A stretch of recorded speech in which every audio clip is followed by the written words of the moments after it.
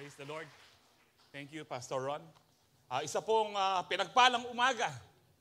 Amen. Sabi nga ni Pastor, mukhang tulog pa. Alam niyo po, God has been so good, no? Sa church pong ito. I've been here since the late 80s. Nakita ko po kung paano po talaga nag-grow ang church. Nakita ko po kung gaano po talaga makapangyarihan ang Diyos na pinaglilingkuran po natin. Alam niyo ho ba yun? Walang ibang Diyos na buhay, kundi po ang Diyos ng Calvary. Only Jesus Christ. Amen. And nakita ko rin po yung mga sakripisyo po ng ating Bishop, Bishop Carlito Villanueva, ay nagbunga po. Grabe po. Marami po silang sakripisyo po dito, pero hindi po nasayang. Salamat po, Daddy Bishop. Palakpakan po natin ang Lord sa buhay po ng ating Bishop. Mag-50 years na po siya dito sa Calvary this coming year. Talaga pong tapat po ang Diyos. Kagabi po, jump pack po kami, 800 plus. Yung iba po umuwi. Ewan ko, meron pa dito na umuwi po kayo dahil wala na talagang lugar kahit saan, pati po sa baba. 800 plus po, napakarami po. At ngayon po, marami din pa rin ho tayo. No? God is good po. At patuloy pa ho tayong dadami kasi nais po ng Lord na marami pong maligtas. Kung pwede lang sa puso ng Diyos, lahat ay maligtas. Walang mapahamak. Amen. Palakpakan tayo pong pasibayong Ginoo. Glory to God. Thank you, Jesus. Thank you, Lord. That's why ito po ang ating pinag-aaralan bilang Spirit-filled life, Spirit-filled church sa ating pong mga t-shirt po ngayon. At ito po ang reason kung bakit tayo pinuspos ng Panginoon upang humayo at tayo ay dumami. Dumami po ang sumamba at maligtas sa ating pong Panginoon. Napag-aralan po natin sa mga nakaraang linggo that we are Spirit-filled and the Holy Spirit has empowered us to obey.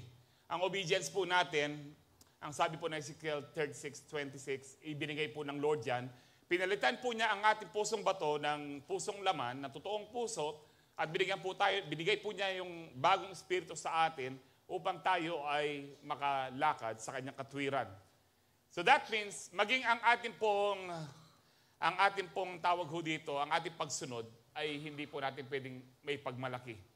Ngayon po yung Ezekiel 36. Na hanggang 26-27 po ata yan. Ang kapangyarihan po ng banal na espiritu kung bakit tayo nakakasunod. Wala po talaga tayong may pagmamalaki. Pero sa kabutihan po ng Panginoon, linigtas tayo sa biyaya niya, binigay po niya ang kanyang espiritu, binago niya ho tayo. Sa espiritu po niya, sa biyaya po niya, nakakagawa tayo ng mabuti, and yet, i-reward pa rin niya ho tayo. Ang pangalawang linggo po ay napag-aralan po natin about, we are empowered by the Holy Spirit na magkaroon tayo ng discernment. Which is very important, discernment to understand, to know what is good from evil. Kasi po, ang dami po ngayon na nalilito, especially yung mga young generations po ngayon, na ina-associate po yung evil as good. Ang sabi po ng Panginoon, sumpain daw po yung nagsasabi na yung masama ay mabuti na at ang mabuti ay masama. Walang ibang pwedeng magsabi po kung ano ang mabuti kundi ang Diyos po, dahil Diyos lang ang mabuti. Amen. Hindi po ang mga senador, ang presidente, o kung sino man Poncio Pilato. Walang pwedeng magsabi kung ano ang mabuti kundi ang Diyos. Amen. Kaya nga dapat po nating ma-discern po ito. Katulad po, kahit po sa atin, tama ba yung, it seems right kung minsan, halimbawa, ay Lord, hindi mo na ako magta-tithes and offering, or hindi mo na ako mag-first fruits, pang-tutulong ko siya. It seems right, parang ang ganda po niya. Parang ang ganda po niya. Pero kung titignan niyo po, sa Bible, dapat uunahin ng Panginoon. Kapag inuna mo ang Lord, mas marami kang matutulungan dahil pagpapalain ka ng Panginoon. At marami po tayong example dyan, yung widow po sa Zarephath, yung widow po sa panahon ni Jesus. Kahit yun na lamang po, hindi po sinabi ng Lord na wag na. Kasi po, kung yung last mo na lang yan, ibigay mo na sa Lord. And that is good. Amen. Amen. Ang Diyos po, alam po ang Diyos, kung minsan may mga paraan po siya na hindi natin naunawaan. Pero kung nade-desert po natin at yan ay nasa Word of God, nasa Bible, kahit hindi natin naunawaan, kung pinapagawa po ng Diyos, gawin po natin. binigay po niya yung discernment na yan para hindi po tayo mapahamak. Amen. And last week po, napag-aralan po natin, we are empowered by the Holy Spirit, no, to walk in spiritual authority. Sino po ang lumalakad sa spiritual authority? Using the name of Jesus, using the Word of God against the enemy. Amen. Madalang lang po ang mga napoposes kayo, pero nung last Thursday, doon sa church po natin, malapit sa church po natin sa Bamban, kung saan po nagpapastor si Pastor Francis, meron pong napoposes po doon na batang babae lamang po, kasi po na-rape na po siya from 12 years old. At ilang taon po siyang nire-rape ng I think tito po niya, no, sabi po ni Pastor Francis, hindi po mapalayas ng mga pari yung demonyo. Pero nung dumating po si Pastor Francis, lumayas po ang demonyo sa pangalan ni Jesus. Hindi dahil kay Pastor Francis, dahil po sa pangalan ni Jesus na binigay po yung karapatan sa mga anak niya na gamitin po natin. Amen. Now I hope, ginagamit niyo po ito. There are Christians today na natatalo po sila because they do not know their identity in Christ. Yung identity po natin kay Kristo, we are seated with Him in the heavenly realms. Ibig sabihin po, yung authority ni Kristo ay pinagkaloob po sa atin. Dapat gamitin po natin. Kung may mga demonyo pong umaalipin po sa inyo na manood ng pornography, gumawa ng hindi maganda, magbisyo, alipin ng tawag ho dito, kainitan ng ulo, pagsisinungaling, i-rebuke nyo po yan. Dahil mga demonyo po yan na umaalipin po kahit na Kristiyano na ho tayo. At binigyan po tayo ng kapamahalan ng ating Panginoon. Use the name of Jesus. It's for our own benefit. Amen. Kailangan magamit po natin ito. And this morning, sa ating pong church anniversary, ay ang pag-aaralan po natin empowered to walk in the fear of the Lord. Napag-aaralan po natin ang buong tema ng fear of the Lord last March. Kung gusto niyo po ng kabuuan po ng fear of the Lord, ay ulitin niyo po yun na panoorin sa ating Light Shines TV sa YouTube. Pero alam niyo po, ang pag-aaralan po natin, the fear of the Lord, para i-review lang po natin, the fear of the Lord, hindi po ito yung nakakatakot ng Diyos dahil nakakatakot talaga siya. No. Sa mga masasama po siguro talagang matatakot talaga dapat sila sa Diyos dahil sila ay dadalhin sa impyerno. Pero sa ating mga Kristiyano, yung fear of the Lord, hindi po ito dahil talaga nakakatakot ng Diyos, baka parusahin ka, hindi po. Ang ano po ito is reverential and obedient fear. Meron kang paggalang at pagsunod sa Diyos. Na-define po natin to last March kung anong ibig sabihin po from the Bible ng ano po, fear of the Lord. Ayan po, number one is when you have the fear of the Lord, you love God.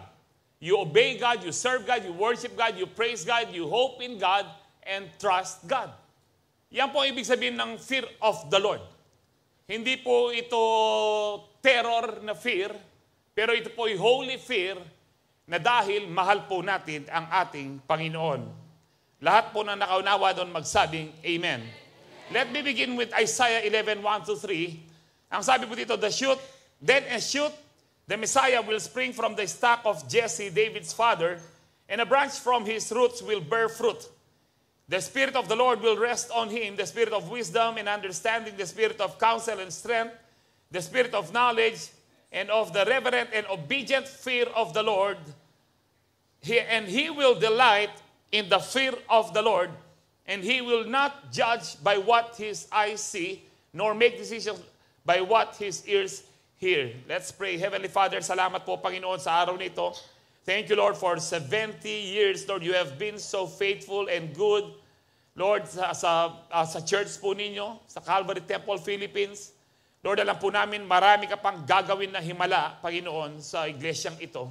At marami ka pang ililigtas na mga tao, Lord, sa kapaligiran po namin, especially here in Angeles City and Pampanga, Panginoon. Dalangin po namin, Ama, as we celebrate your goodness for 70 years, Lord, today, Lord, patuloy mong pagpalain ang bawat isa po sa amin, Panginoon. Lord, we are gathered here as one, Lord, as one body to praise you, to thank you for your love endures forever. We ask you, Heavenly Father, as we receive and believe your word, O God, give us the understanding from your word that we might receive the full blessings from your word, na maintindihan po namin talaga, Panginoon, what is to fear the Lord. Salamat po, Panginoon. Pagpalain niyo rin po ang aming mga first-timers, ang aming mga bisita. Lord, let them know that you love them and you have a good purpose and plans for their lives, oh God. Salamat po, Panginoon, maging sa mga naka-online hanggang abroad, Panginoon, pagpalain niyo rin po sila. And as we receive and believe your word, oh God, let there be healing. Let there be deliverance and salvation be upon your people. To you be all the glory, honor, and the highest praise. In Jesus' powerful name we pray. Ang lahat po'y magsabi ng Amen. Palakpakan po natin ang Panginoon. Ang sabi po dyan sa Isaiah 11 verse 1, then a shoot, ang ibig sabihin po dyan, ang Messiah ay manggagaling po sa lahi po ni Jesse na ama po ni David. Na si David ay nasa tribe of Judah, na paano nagkatawang tao po ang ating Panginoon, na ito pong sineselebrate po natin tuwing Kapaskuhan, na si Joseph and Mary ay galing po sa lahi po ni David. Kaya nga pong tawag sa Panginoon, Son of David.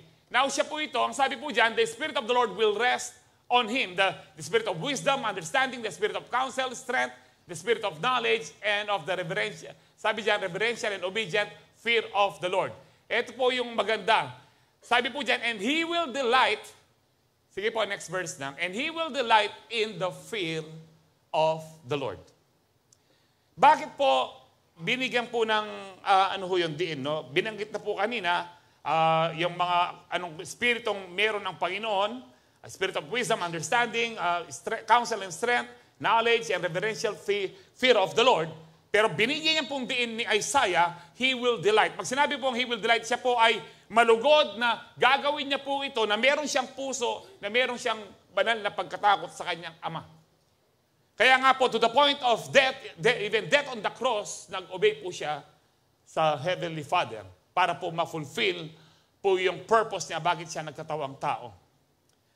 And kung ang Panginoon mismo po, the Son of God, nagnanahan po siya dito, He delighted in the fear of the Lord, mas lalo na po tayo.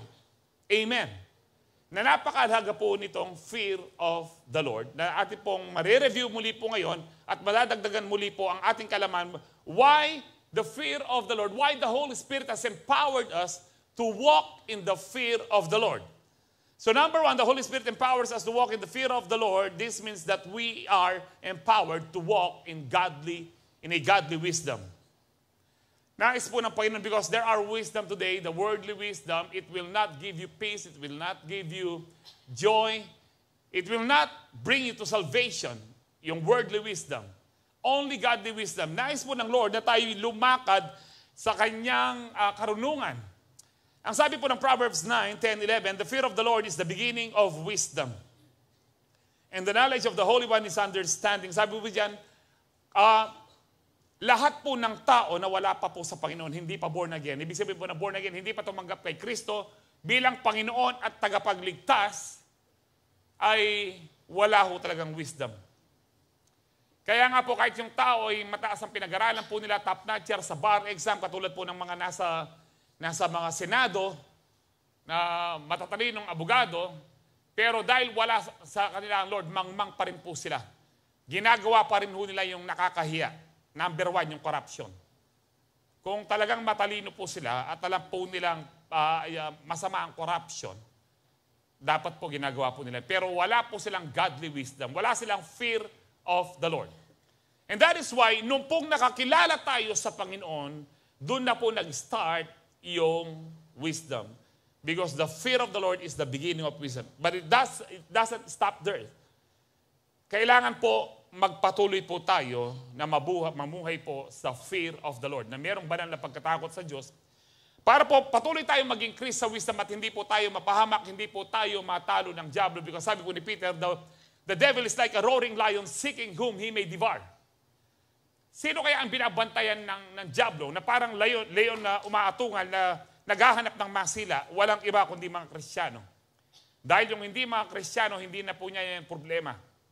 Tayong mga Kristiyano, gusto po niyang masila, patayin niya ho tayo, gusto niya po mag-backslide po tayo, umalis po sa Panginoon. Kaya nga po, para po mag-guard po natin lahat, have the fear of the Lord, live in the fear of the Lord. Binigay na po ng Holy Spirit yan. At ang sabi po dyan sa verse 11, for through wisdom your days will be many and years will be added to your life. Ang blessing po na nabubuhay ka po sa fear of the Lord ay humahaba po ang buhay mo. Hindi po totoo na kapag namatay yung Kristiyano na maaga, tapos na ang mission niya. Ang pangako ng Diyos, ang salita ng Diyos na hindi nagbabagong, sabi po niya, with long life will I satisfy you. Kaya nga po, hintuin po natin, tukunang ang tamong pong sasabihan, kareta pong mete maranon, yung namatay po ng maaga na Kristiyano, na ay, kaya siya namatay na maaga kasi tapos na mission niya. Anong mission ang tinapos niya? Ang sabi ng Panginoon sa Psalms 91, with long life will I satisfy you. Ang sabi po ng Panginoon dito, kapag meron kang wisdom, hahaba ang buhay mo.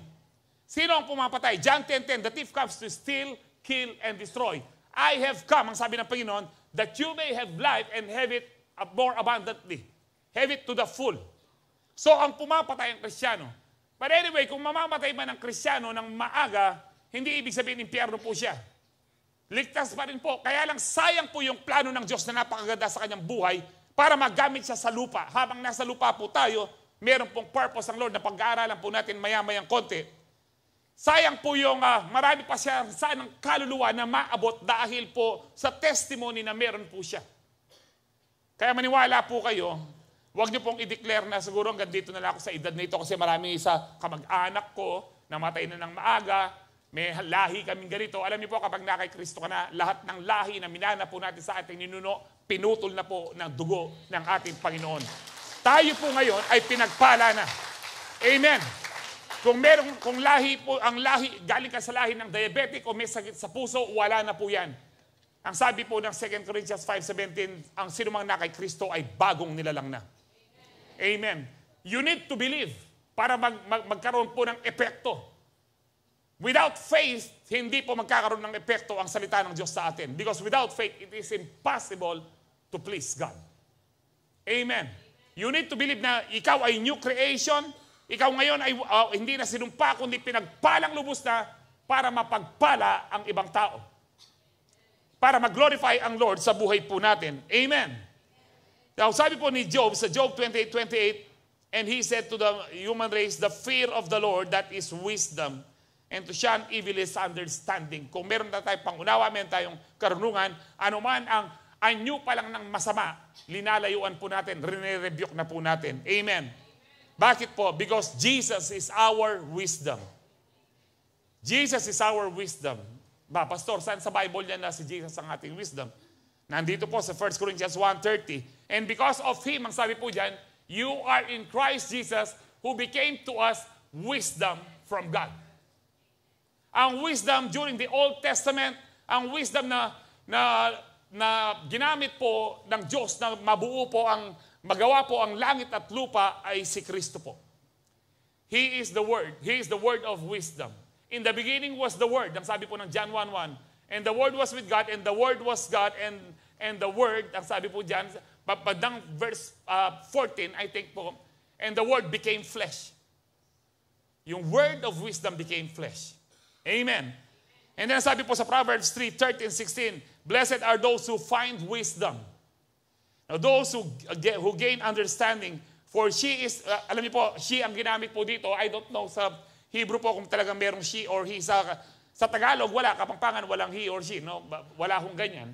I think sa Hebrew, wala pong ganyan. Kaya lang po sa English, binigay po ng she because anything na sa mga about character or about nature, halimbawa, ang mother nature, inaano po yan, ina-address as she. Pero ito po, ang wisdom po talaga si Jesus. But anyway, bakit po she ang wisdom? Dahil po yung feminine character po na sweet and gentle po. Amen.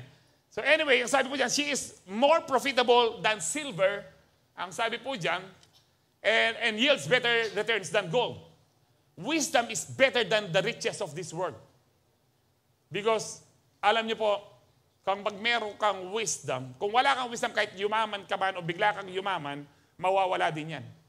Dahil wala kang godly wisdom. Pero kahit hindi ka mayaman, sa kasalukuyan, kung magpapatuloy ka sa fear of the Lord, magkakaroon ka ng wisdom, God will give you the power to gain wealth. Nasa Deuteronomy 8:18 po yun. He gives us the ability, the power to gain wealth. Kaya marami po sa mga Kristiyanong business people, hindi po sila yumayaman dahil matalino sila. May mga alam ka akong milyonaryo, dito po sa church po natin, hindi natapos ng pag-aaral. Pero dahil ang nagbibigay po, hindi po ang education talaga ang nagbibigay ng, I'm not saying huwag na kayong mag-aral, no, yung mga anak natin huwag na mag-aral. Pero we do not rely on the wisdom of men.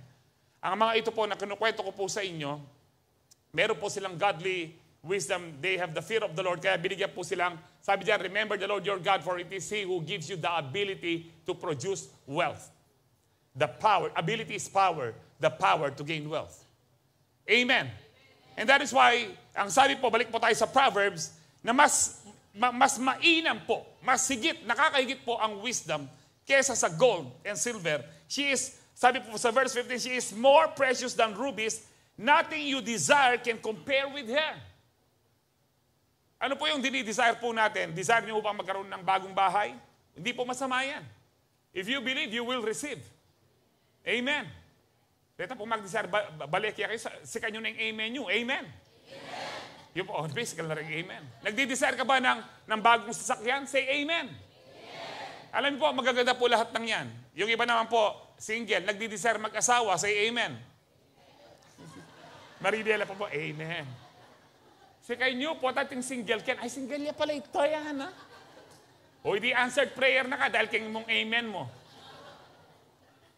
Alam nyo ho, magaganda po ang desire po natin. But, you know what? Ang sabi po dyan, nothing you desire can compare with her. Nagdi-desire ka ng magagandang bagay sa buhay mo, kahit gaano pa yung kaganda, kapatid, hindi mo maikukumpara kay Jesus.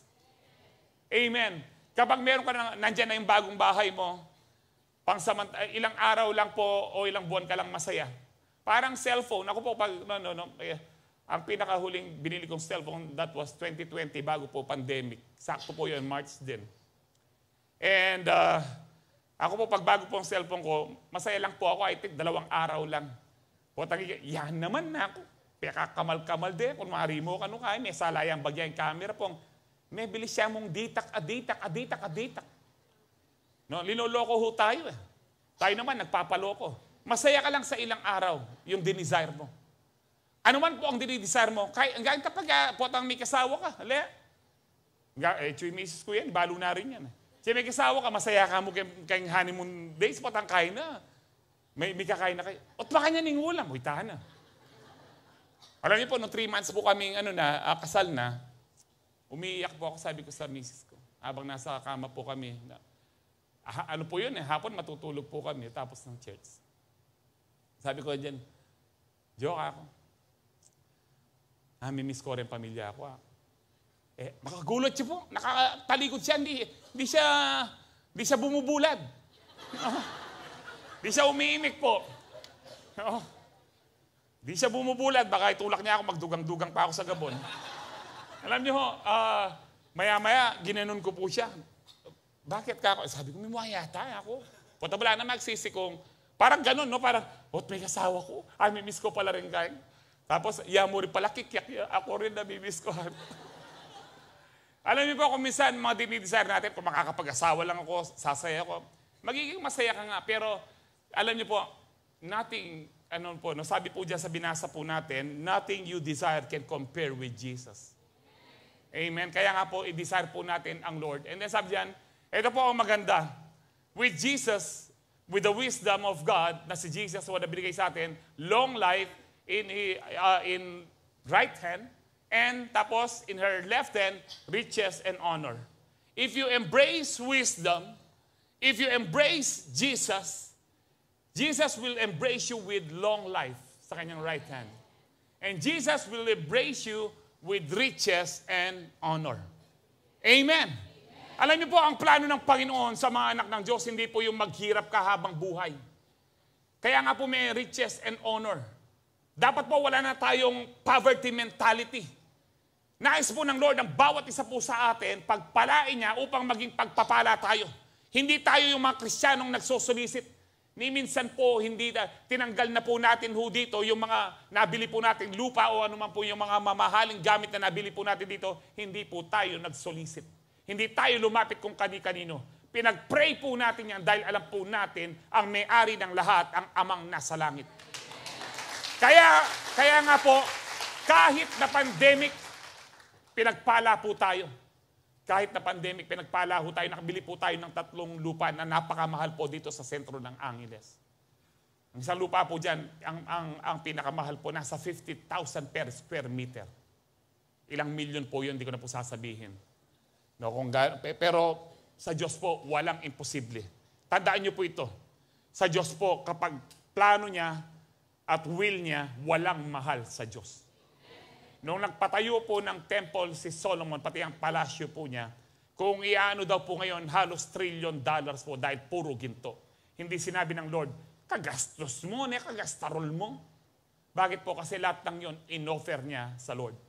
Pag nag-o-offer tayo sa Lord, gumagawa tayo para kay Lord, dapat po sagad-sagad yung para kay Lord talaga. Merita ka lang mag-amen. At pinagpala naman po si Solomon. Walang sing talino ni Solomon magpahanggang ngayon at walang sing yaman si Solomon. Kahit po ang yaman ng mga top billionaires ngayon, hindi po sila uubra. Hindi sila makakapagpatayo ng kanilang palasyo at temple na puro ginto kagaya ni Solomon. Si Solomon halos nasa kanya po ang ginto. Meron po siyang 666 na, I think po na tons na gold. 666 pangaho. Yun po, no, every year, yun po ang nayiyield po niya sa kanyang ano. But kahit kaano po, karami po ang ginto po natin, wala po tayong may i-compare kay Jesus. If you embrace Jesus, long life ang meron ka. Kaya hindi po totoong maiksi ang buhay natin. Hindi po. At saka huwag niyo pong i-declare, pagtanda ko, naka-diaper na lang ako. Naka-wheelchair na lang po ako. Don't declare because there is power sa mga salita po natin. Numbers 14:28, I will do the very word I heard you say. Ang sabi po ng Panginoon. Kaya mag-ingat po tayo. Sasabihin po natin, Lord, pagtanda ko, kung mamamatay na ako, kukunin mo lang ako without pain. Ayan po, I will do to you the very thing I heard you say. Ang madalas mong sinasabi, kung madalas mong sinasabing malakas ka, ako po, madalas ko po sinasabi, malakas po ako. In fact, ngayon po, no, since last Friday, mapagod na po kami. From meeting, tapos Saturday, Sunday, nag-impisa po ang CU Nights. Sino po ang nandito sa mga CU Nights? Grabe po ang mga CU Nights. Grabe po ang mga testimony, ang word ng Lord. Grabe po ang worship. Grabe po ang glory ng Lord. Grabe po ang presence ng Lord. Especially po nung last Friday. Amen. Mamauna kaming tao niyang last Friday dahil pawasan kiyangan po. Pagod po. Lalo na po ng Friday po, pagod na pagod po ako. Nag-meeting pa kami ng umaga. May mga inisakasi pa ako nung hapon. 5:30, umuwi muna ako. Malapit na po mag-church, mag-see you, or mag-worship night. Sabi ko sa Lord, Lord, higa muna po ako. Huwag niyo po akong pabayaan na makatulog ng todo-todo kasi baka hindi ako makapag-attend. Sabi ng Lord, anong higa-higa? Tumayo ka na dyan, punta ka na ng church. So tumayo po ako. Pagod talaga po ako. Masakit ang katawan ko at ang paa ko. Pagod po talaga ako. Kulang pa po ako sa tulog. At pagdating ko pa sa office, sabi kong ganyan, Lord, dito muna po ako. Pagod talaga ako. Nag-preparation worship na po, late na po ako.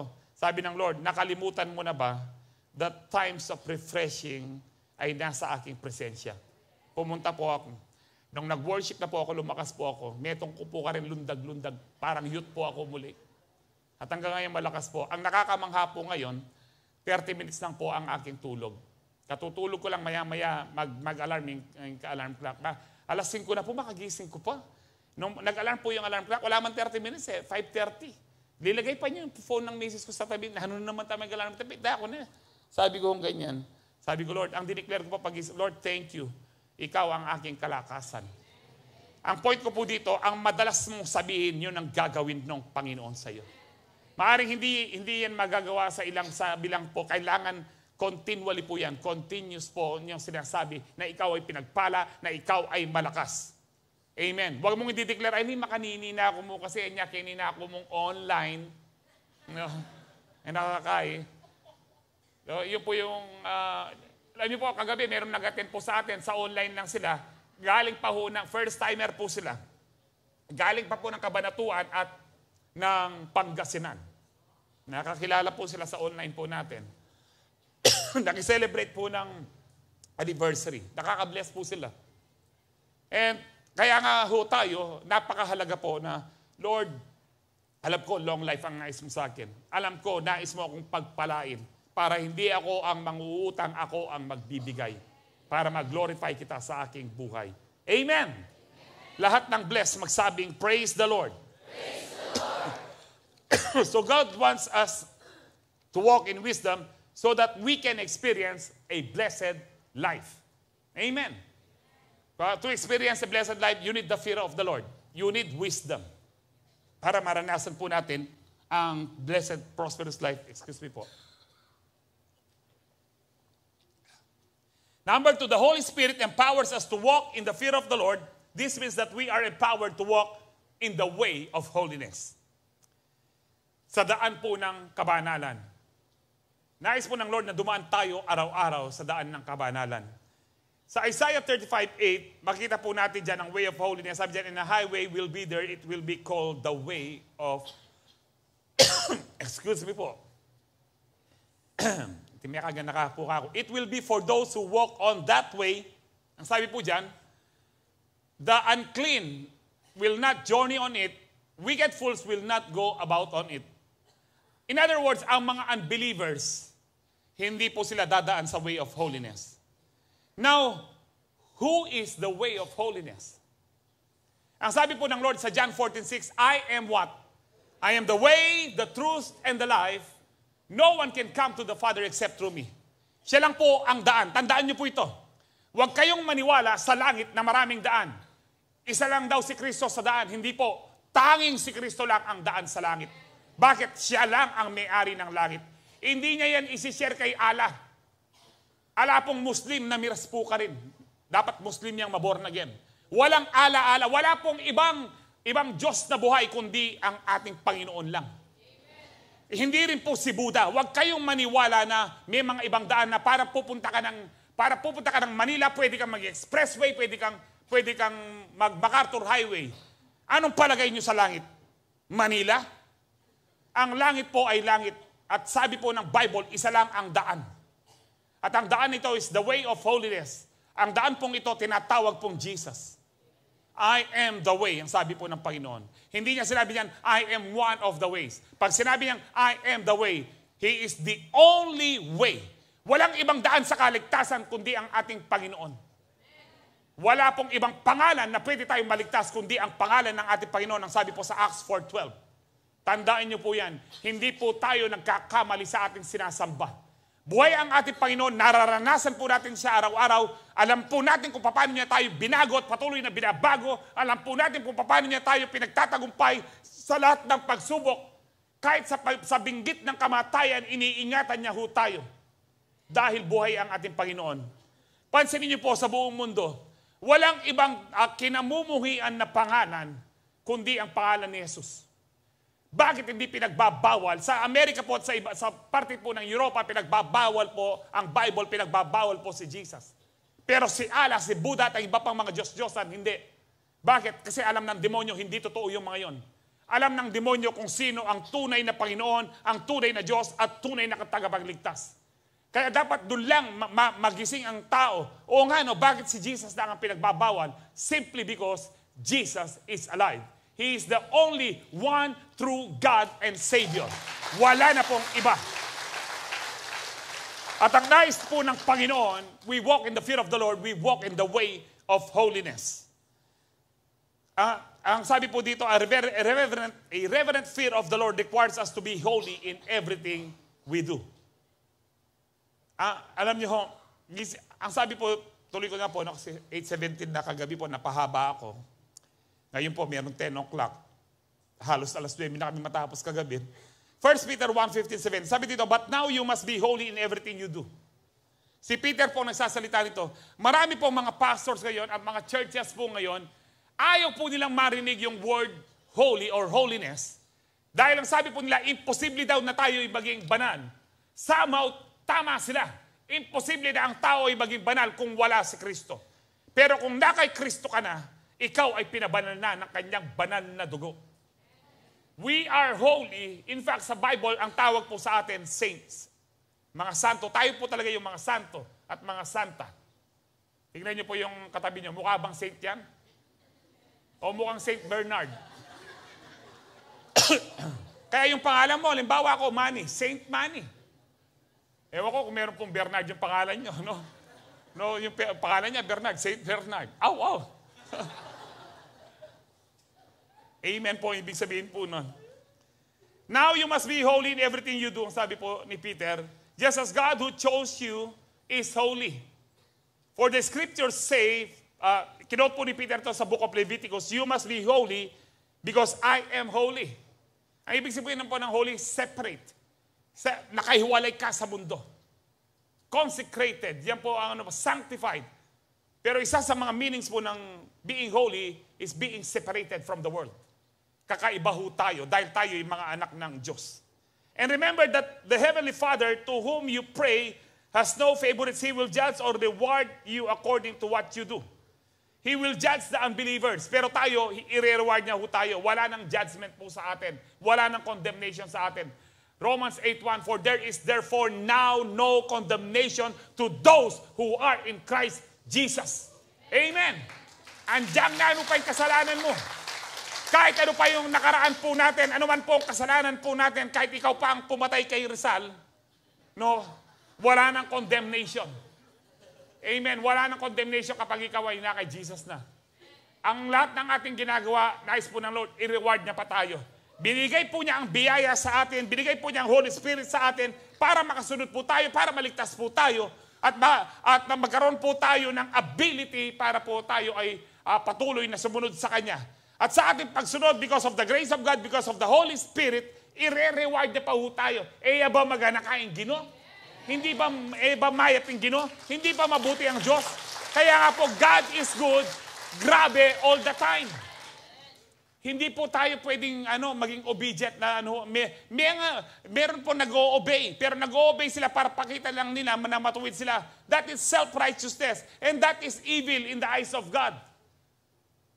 That is self-righteousness. Mga legalistic na tao, mga nabubuhay sa legalism.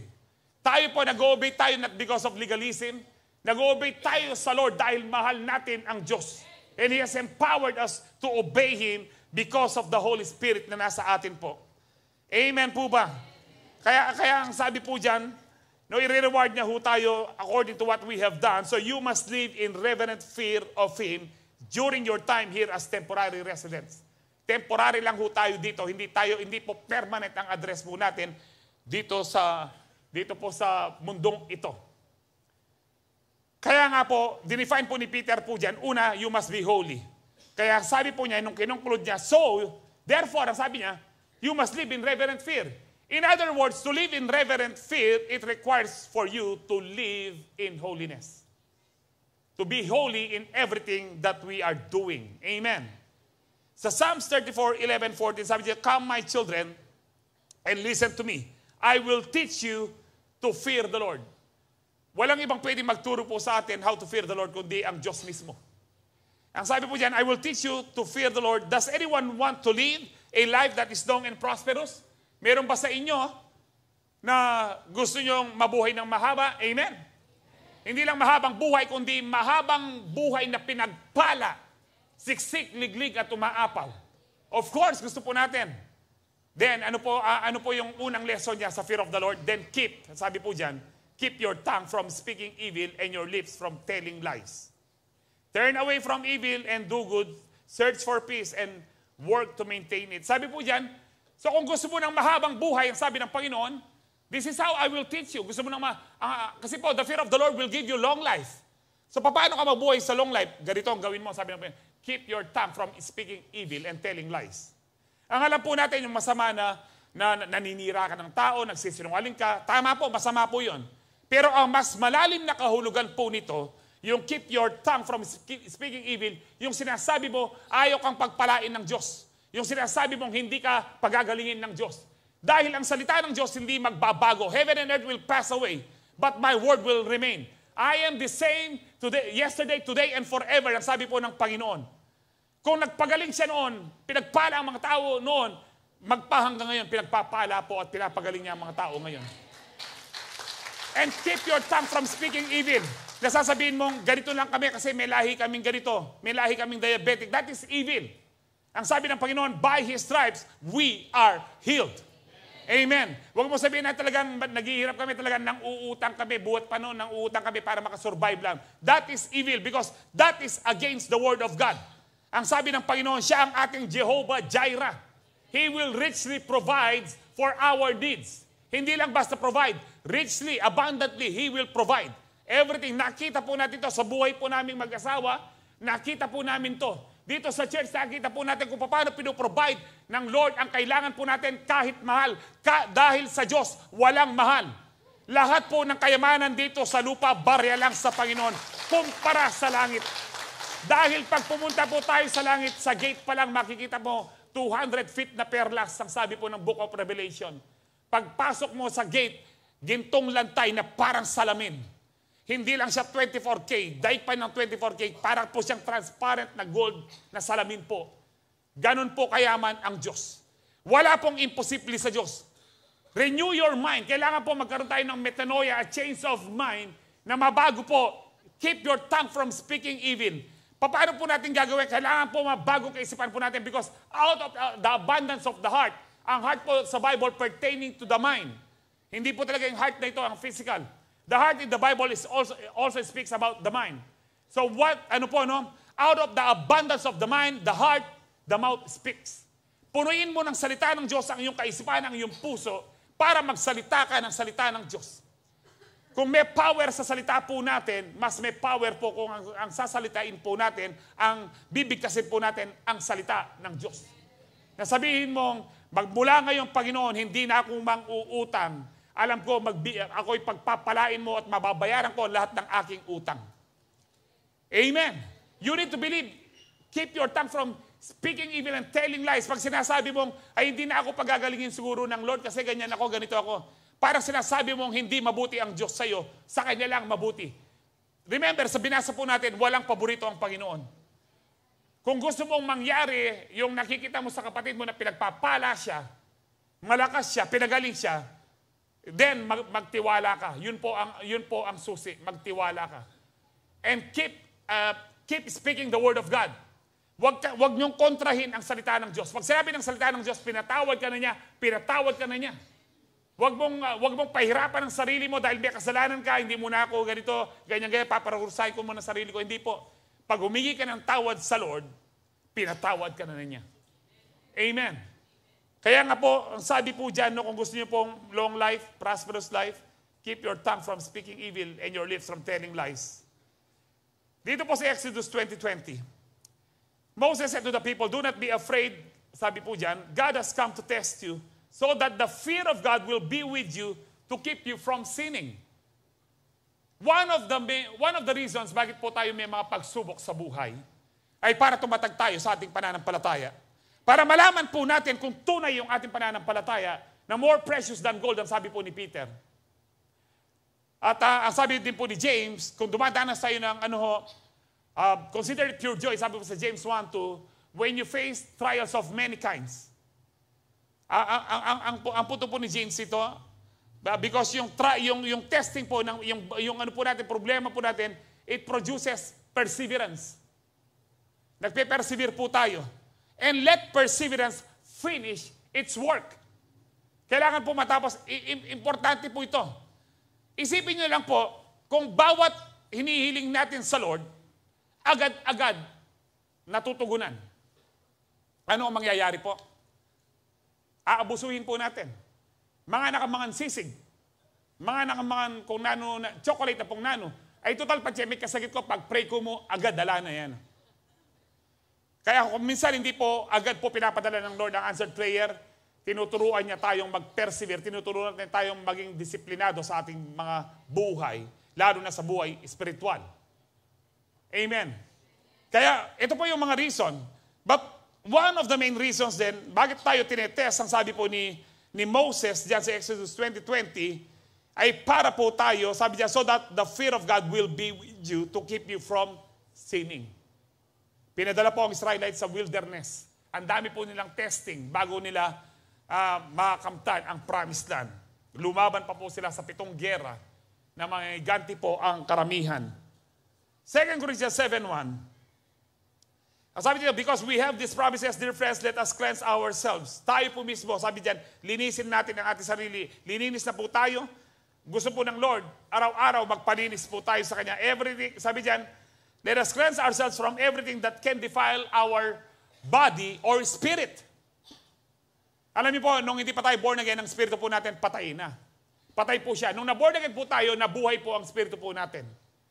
Nandito po ang Holy Spirit sa atin po ngayon. Pero alam niyo ba, ang spirito po natin buhay ngayon, pwede siyang mamatay, pwede siyang ma-defile, pwede siyang madubihan. Eventually, kung nagpapatuloy ka sa kasalanan, it will bring forth death. Yan, nasa James, I think, James chapter 1, verse 15 to 18, 17 po yan. When sin, it is full grown, when sin it is full grown, it gives birth to what? Death. Hindi po yan physical death, kasi po, mabuti ka man o hindi, mamamatay lahat ng tao.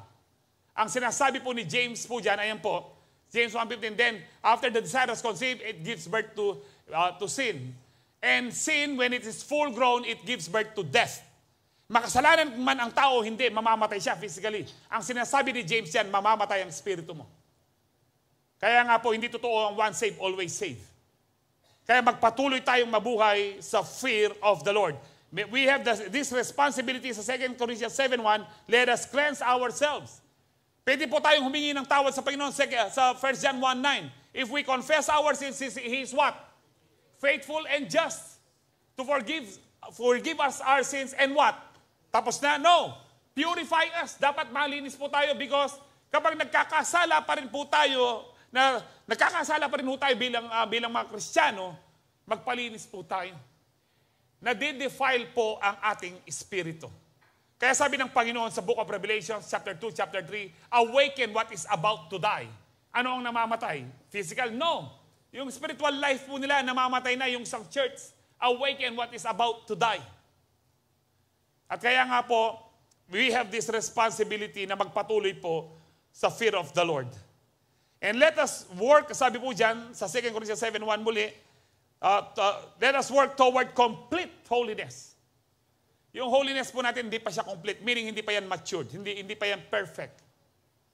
Kailangan po na ano tayo. Kaya, yes, marami na po nabago sa atin. Of course, dapat po nababawasan, natatanggal po yung masasamang ugali po natin. Hindi na yan paulit-ulit. Amen. Nagkakasala ho tayo, pero hindi yan paulit-ulit. Kung dati nagkakasala ka 100 times, dapat po ngayon, 50 times na lang. Hanggang maging 20, 30, 15, 10, hanggang mawala na. It is possible because with God, nothing is impossible. Dahil ang sabi po ng Bible, ang sabi po ni Paul sa kanyang mga sulat, ang Panginoon po babalik siya sa church na blameless and spotless. Ang ibig sabihin po nun, sinless. It is possible that one day, hindi ka na magkakasala. Kahit po ngayon, isipin niyo po, pagising niyo sa umaga, ano yung pwedeng magkasala ka?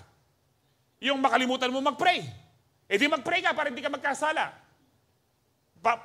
Pagpasok mo sa daan, papasok ka, magdadrive ka or magko-commute ka, anong pwede ka magkasala? Yung traffic o ano? Hindi, wag ka magreklamo para salamatan mong Diyos para hindi ka magkasala.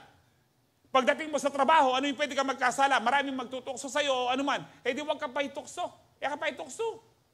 Amen. Hanggang pag-uwi mo. Kung i-evaluate mo ang buhay mo sa isang araw, pwede kang hindi mabuhay sa kasalanan.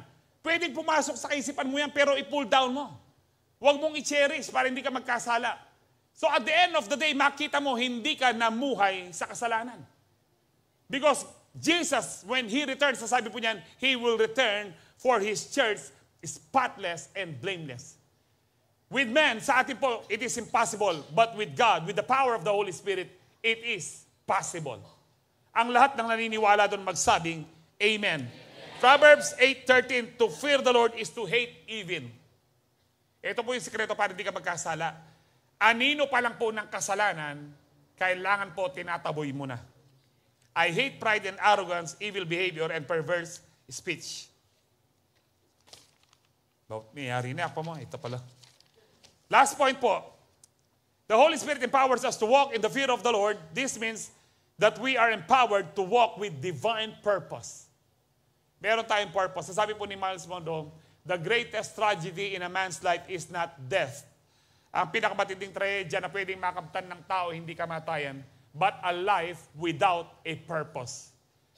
Isang buhay na kahit na buhay ka nga, pero wala ka namang purpose. Ang sabi po ng 2 Timothy 1:9, He has saved us and called us, sabi po dyan, to a holy life. Linigtas tayo at tinawag tayo ng Diyos para sa banal na buhay. Not because of anything we have done, hindi po dahil sa ginawa po natin, bakit tayo ligtas, but, sabi diyan, because of His own purpose and grace. Kung bakit ka niligtas ng Diyos, dahil yan sa biyaya niya. At kung bakit kanya pinili at linigtas kanya, dahil po yan sa layunin niya. You have a divine purpose.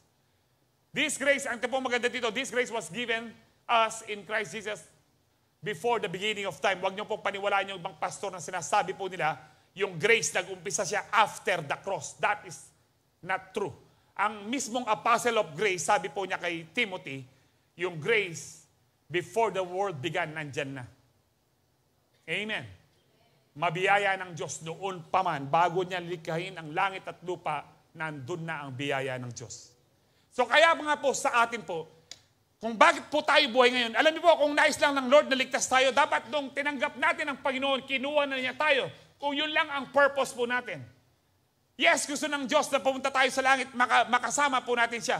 Pero bakit hanggang ngayon buhay tayo? Ako po na born again ako, 1985. Bakit hanggang ngayon buhay pa po ako? Dahil merong divine purpose ang Diyos sa aking buhay. Na dapat matapos ko po ang karerang ito. Ang bawat isa po sa atin merong divine purpose ang Lord. At nais po nating malaman po yun kung ano po ito. Ang sabi po ng 2 Corinthians 5:9-11, our only goal, sabihin niyo po only goal. Ang kaisa-isang objective po natin, ang kaisa-isang layunin po natin sa buhay ito po, is to always, sabihin niyo po always. Wala pong panahon na hindi ko mo birthday mo, sa birthday ko ngayon, o magkikipag-birthday ka, ay inom muna ako. Ay total piyesta ngayon, magbeto-beto ko pa, mo. No, hindi po ganun ang Kristiyano. Our only goal is to always please the Lord. Kailan? Whether we are living here in this body on earth or there with Him. Kaya po itinuro niyang prayer sa atin, let your will be done, let your kingdom come on earth as it is in heaven. Sundin nawa ang kalooban mo kung paano nasusunod sa langit, ganun din sa lupa. Kung paano nalulugod ang Diyos sa pagsunod ng mga tao at mga anghel na nasa langit o anumang mga nilalang sa langit, dapat po malugod ang Diyos sa ating pagsunod sa Kanya. Amen. Ala na mag-amen kaya kayo. Our goal, our only goal, sabi niya, whether buhay ka dito o nandoon ang goal po natin. And sabi niya, we must all stand before Christ to be judged. Everyone will get what they should. They will be paid for whatever they did. Na-explain po kanina yun sa ibang verse. Good or bad when they live in this earthly body. Verse 11, ang sabi po dyan, we know that what it means to fear the Lord. Ano ba ibig sabihin ng to fear the Lord? So we try to help people accept the truth. In other words, to fear the Lord is to share the Word of God. Kaya sabi mo na, we try to help people accept the truth. Who is the truth? Jesus, I am the way, the truth, and the life. Sinasabi po ni Paul, no? Alam natin anong ibig sabihin ng fear of the Lord. Kaya nga, pinipreach natin ng gospel, pinipreach natin ng katotohanan. So if you have the fear of the Lord, you have this divine purpose to share the gospel. Hindi lang kaming mga pastor. Bawat isa po sa atin na nakakilala sa ating Panginoon, meron tayong responsibility na ipakilala ang Panginoon, ang katotohanan sa ating mga kamag-anak, pamilya, kaibigan, katrabaho. Amen. Maging sa ating mga kapitbahay, maging sa inyong kaaway. Ay, Pastor, buri ko yung merasya impyerno ito. No, ang mission po natin is to spread the good news. Amen. So, our mission is to spread the message about Jesus to everyone. Amen. Acts 9:31, the church then had peace throughout Judea, Galilee, and Samaria. And it became stronger as the believers lived in the fear of the Lord. They grew strong habang sila'y nabubuhay na mayroong banal na pagkatakot sa Diyos. Kung gusto mong maging matatag, mamuhay po tayo na mayroong banal na pagkatakot sa Diyos. And then sabi ho dyan, and with the encouragement of the Holy Spirit, it also grew in numbers. Dahil meron silang fear of the Lord, tumatag sila. At dahil meron silang fear of the Lord, lumago po sila. Ang sabi po ng mga ilang pastor po ngayon na hanggang ngayon, 30 years na ang kanilang church, maliit pa rin po. Kukunti pa rin ang bilang. Sabi po nila, mas maganda konti lang kami.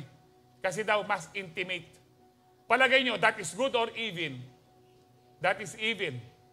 Alam niyo po, hindi, tayo po, marami po tayo. Hindi po lahat kakilala ko kayo. Hindi lahat meron tayong intimacy. Hindi na po problema yon. Kahit hindi po kayo close sa amin. Close lang kayo, intimate lang kayo kay Jesus. Sapat na po sa amin yon. Alam niyo po, ang sabi po ng ilan, kahit konti lang kami, quality Christian naman. Hindi daw interested sa Lord sa quantity. That is not true. Go and multiply, sabi ng Panginoon. At ang totoong quality, nag-multiply. Amen. Wala pong masasabi mo ba na meron kang mga manok, na quality itong mga manok ko pero hindi nangingitlog. Hindi po quality po yan. Dapat ina-adobo na yan, tsaka po tinutinola. Ang mga quality po, na patuloy pong dumadami. Amen. Ang nais po ng Lord, maligtas ang lahat ng tao. It is our responsibility now, hindi ang mga angels. Naisip niya ho ba bakit hindi mga angels ang pinag-evangelize niya? Because hindi masasabi ng mga angels na buhat nung tinanggap ko si Kristo na bago ako. Tao lang ang pwedeng sumabi nun, magsalita nun. Dahil ang taong tumanggap kay Kristo, pwede niyang sabihin, alam mo kapatid, buhat nung tinanggap ko si Kristo na bago ang buhay ko. Buhat nung tinanggap ko si Kristo, meron na akong kapayapaan. Buhat nung tinanggap ko si Kristo, hindi na ako takot mamatay. Ang mga anghel, hindi po nila masasabi yan. Tanging mga anak ng Diyos lang ang pwedeng magsalita po niyan. Ikaw at ako, merong responsibility to win souls for Christ. Ang Acts 4:31 ay nakasulat po sa mga t-shirt po natin. Ang sabi po dyan, after they prayed, the place where they were meeting was shaken and they were all filled with the Holy Spirit and spoke the word of God boldly. The reason why, bakit po tayo pinupuspos ng kapangyarihan ng banal na Espiritu ay para ipangaral ang salita ng Diyos na merong tapang. Hindi po yung nahihiya. Pag nahihiya ka, hindi po effective yan. Dapat pag humarap ka, to, ikristo mo yung Diyos. Yan mong tagapagligtas. Yan mong dapat mong paniwalan. Dapat po, ho tayo? Matatag po tayo, matapang po tayo magsalita patungkol doon. Alam niyo po, ang mission po, ang evangelism, soul winning, ito po ang heartbeat ng Panginoon. Mahal po natin ang Panginoon, amen? Yung mga taong mahal po natin, asawa po natin, mga mahal natin sa buhay, hanggat kaya natin, kung nalulugod po tayo sa kanila, mahal po natin sila, ibibigay po natin ang pinaka-best sa kanila. Reregaluhin po natin ng pinakamaganda. Kung kaya mong bumili ng kotse para ibigay lang sa asawa mo, gagawin mo yan eh. Bakit? Dahil mahal mo siya. Ngayon tanong ko po, mahal nyo ba ang Lord? Alam nyo po, ano po yung pinakagusto po ng Lord? Yes, gusto po ng Lord na nag-offering tayo, nagbibigay tayo ng first fruits. Gusto po ng Lord yan na tumutulong tayo. Pero ang pinakagusto po ng Lord ay kaluluwa. Yun po ang nais po ng Lord. Anong saysay nung ibigay mo ang lahat ng milyon mo dito? Kung wala kang pag-ibig, you gain nothing. Ang sabi po ng 1 Corinthians 13. Kung talagang mahal mo ang Panginoon, gagawin mo, ibibigay mo sa Kanya ang nais niya. Ang nais po ng Lord, yung kaluluwa ng mahal mo sa buhay. Yung kaluluwa ng iyong mga pamilya, mga kaibigan. So kung mahal po natin ang Lord, magdala po tayo ng mga kaluluwa sa ating Panginoon. Ang ibig po sabihin nito, mga unbelievers, mga lost souls. Amen? Dito po nalulugod ang Lord because the mission is the heartbeat of God. Evangelism, discipleship, soul winning is the heartbeat of God. Ito po ang tinitubok ng puso ng ating Panginoon. Amen. Tayo po yung mag-review na. Empowered to walk in the fear of the Lord. Ibig sabihin po dito, we are empowered to walk in godly wisdom. Number 2, empowered to walk in the way of holiness. Number 3, empowered to walk with divine purpose. Ecclesiastes 12:13-14. Now all has been heard. Here is the conclusion of the matter. Fear God. Narinig na po natin lahat. Ito yung conclusion sa buhay ng tao. Fear God and keep His commandments, for this is the duty of all mankind. For God will bring every deed into judgment, including every hidden thing, whether it is good or evil. From Genesis to Revelation, ang nais ng Panginoon, magkaroon tayo ng banal na pagkatakot sa Kanya. Ano ibig sabihin ng banal na pagkatakot? Meron tayong pagsunod sa Kanya dahil mahal po natin siya. Amen. At alam po natin, kapag tayo'y nabuhay ng merong fear of the Lord, tayo po ay magkakaroon ng mahaba at pinagpalang buhay. Amen. Lahat po ng merong fear of the Lord, magsabing, Praise the Lord! Praise the Lord. Amen. Palakpakan po natin ang Lord. Tayo po lahat ay tumayo. Tatanggap po tayo ngayon ng banal na hapunan. Hallelujah. And as we are being served by our communion ushers, ituon po natin ang ating spirito at ating mga kaisipan sa pagpuri at pagsamba sa ating Panginoon. Thank you, Jesus.